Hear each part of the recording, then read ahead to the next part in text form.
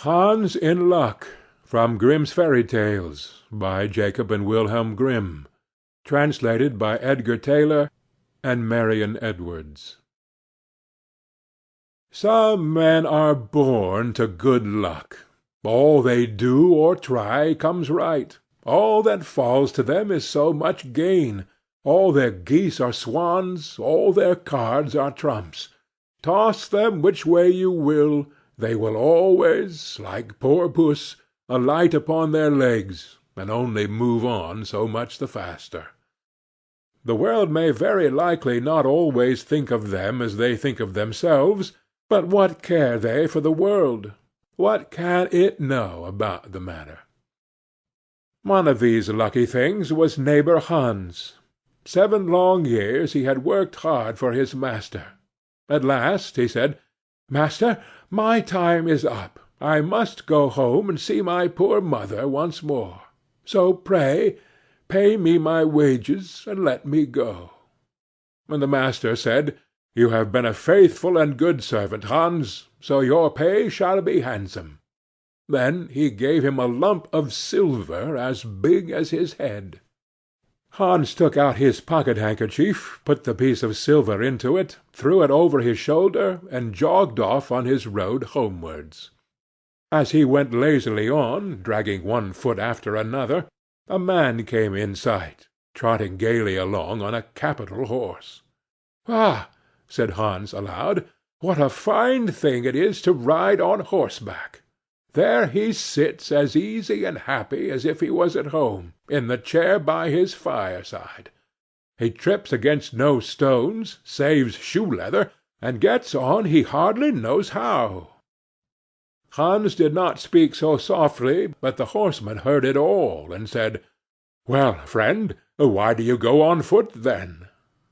"Ah," said he, "I have this load to carry. To be sure it is silver, but it is so heavy that I can't hold up my head, and you must know it hurts my shoulder sadly." "Well, what do you say of making an exchange?" said the horseman.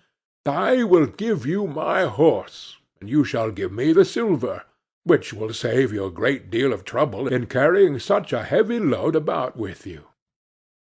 "With all my heart," said Hans, "but as you are so kind to me, I must tell you one thing. You will have a weary task to draw that silver about with you." However, the horseman got off, took the silver, helped Hans up, gave him the bridle into one hand and the whip into the other, and said, "When you want to go very fast, smack your lips loudly together, and cry 'Jeep!'" Hans was delighted as he sat on the horse, drew himself up, squared his elbows, turned out his toes, cracked his whip, and rode merrily off, 1 minute whistling a merry tune, and another singing, "No cares and no sorrow, a fig for your morrow, we'll laugh and be merry, sing neigh don derry." After a time he thought he should like to go a little faster, so he smacked his lips and cried "Jeep!" Away went the horse full gallop, and before Hans knew what he was about, he was thrown off, and lay on his back by the roadside. His horse would have run off, if a shepherd, who was coming by, driving a cow, had not stopped it. Hans soon came to himself, and got up on his legs again, sadly vexed, and said to the shepherd, "This riding is no joke. When a man has the luck to get upon a beast like this, that stumbles and flings him off as if he would break his neck. However, I'm off now, once for all.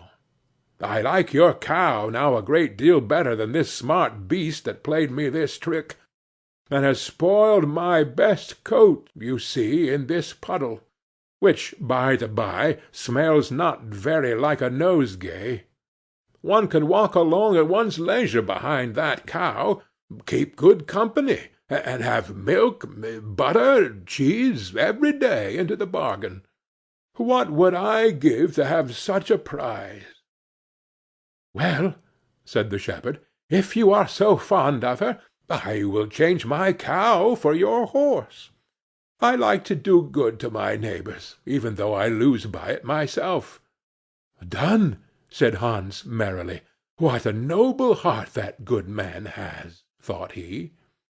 Then the shepherd jumped upon the horse, wished Hans and the cow good morning, and away he rode. Hans brushed his coat, wiped his face and hands, rested awhile, and then drove off his cow quietly, and thought his bargain a very lucky one. "If I have only a piece of bread, and I certainly shall always be able to get that, I can, wherever I like, eat my butter and cheese with it. And when I am thirsty, I can milk my cow and drink the milk. And what can I wish for more?" When he came to an inn, he halted, ate up all his bread, and gave away his last penny for a glass of beer. When he had rested himself, he set off again, driving his cow towards his mother's village. But the heat grew greater as soon as noon came on, till at last, as he found himself on a wide heath that would take him more than an hour to cross, he began to be so hot and parched that his tongue clave to the roof of his mouth. "I can find a cure for this," thought he. "Now I will milk my cow and quench my thirst." So he tied her to the stump of a tree, and held his leathern cap to milk into. But not a drop was to be had. Who would have thought that this cow, which was to bring him milk and butter and cheese, was all that time utterly dry? Hans had not thought of looking to that. While he was trying his luck in milking, and managing the matter very clumsily, the uneasy beast began to think him very troublesome, and at last gave him such a kick on the head as knocked him down, and there he lay a long while senseless. Luckily a butcher soon came by, driving a pig in a wheelbarrow. "What is the matter with you, my man?" said the butcher, as he helped him up. Hans told him what had happened, how he was dry and wanted to milk his cow, but found the cow was dry too. Then the butcher gave him a flask of ale, saying, "There, drink and refresh yourself. Your cow will give no milk. Don't you see she is an old beast, and good for nothing but the slaughter-house?" "Alas, alas!" said Hans, "who would have thought it? What a shame to take my horse and give me only a dry cow! If I kill her, what will she be good for? I hate cow beef. It is not tender enough for me. If it were a pig, now, like that fat gentleman you are driving along at his ease, one could do something with it. It would at any rate make sausages." "Well," said the butcher, "I don't like to say no when one is asked to do a kind neighborly thing. To please you I will change, and give you my fine fat pig for the cow." "Heaven reward you for your kindness and self-denial," said Hans, as he gave the butcher the cow, and taking the pig off the wheelbarrow, drove it away, holding it by the string that was tied to its leg. So on he jogged, and all seemed now to go right with him. He had met with some misfortunes, to be sure, but he was now well repaid for all. How could it be otherwise with such a travelling companion as he had at last got? The next man he met was a countryman carrying a fine white goose. The countryman stopped to ask what was o'clock. This led to further chat, and Hans told him all his luck, how he had had so many good bargains, and how all the world went gay and smiling with him. The countryman then began to tell his tale, and said he was going to take the goose to a christening. "Feel," said he, "how heavy it is, and yet it is only 8 weeks old. Whoever roasts and eats it will find plenty of fat upon it, it has lived so well." "You are right," said Hans, as he weighed it in his hand. "But if you talk of fat, my pig is no trifle." Meantime the countryman began to look grave, and shook his head. "Hark ye," said he, "my brother friend, You seem a good sort of fellow, so I can't help doing you a kind turn. Your pig may get you into a scrape. In the village I just came from, the squire has had a pig stolen out of his sty. I was dreadfully afraid when I saw you that you had got the squire's pig. If you have, and they catch you, it will be a bad job for you. The least they will do will be to throw you into the horse-pond. Can you swim?" Poor Hans was sadly frightened. "Good man," cried he, "pray get me out of this scrape. I know nothing of where the pig was either bred or born, but he may have been the squire's for aught I can tell. You know this country better than I do. Take my pig, and give me the goose." "I ought to have something into the bargain," said the countryman. "Give a fat goose for a pig, indeed! 'Tis not every one would do so much for you as that.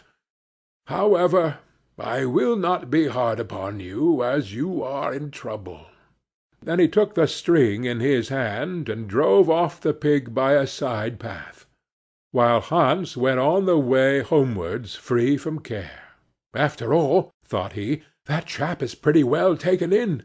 I don't care whose pig it is, but wherever it came from, it has been a very good friend to me. I have much the best of the bargain. First there will be a capital roast. Then the fat will find me in goose-grease for 6 months. And then there are all the beautiful white feathers. I will put them into my pillow, and then I am sure I will sleep soundly, without rocking. How happy my mother will be! Talk of a pig, indeed! Give me a fine fat goose." As he came to the next village, he saw a scissor-grinder with his wheel, working and singing. "O'er hill and o'er dale, so happy I roam, work light and live well, all the world is my home. Then who so blithe, so merry as I?" Hans stood looking on for a while, and at last said, "You must be well off, Master Grinder. You seem so happy at your work." "Yes," said the other, "mine is a golden trade. A good grinder never puts his hand into his pocket without finding money in it. But where did you get that beautiful goose?" "I did not buy it. I gave a pig for it." "Ah, and where did you get the pig?" "I gave a cow for it." "And the cow?" "I gave a horse for it." "And the horse?" "I gave a lump of silver as big as my head for it." "And the silver?" "Oh, I worked hard for that 7 long years." "You have thriven well in the world hitherto," said the grinder. "Now, if you could find money in your pocket whenever you put your hand in it, your fortune would be made." "Very true. But how is that to be managed?" "How? Why, you must turn grinder like myself," said the other.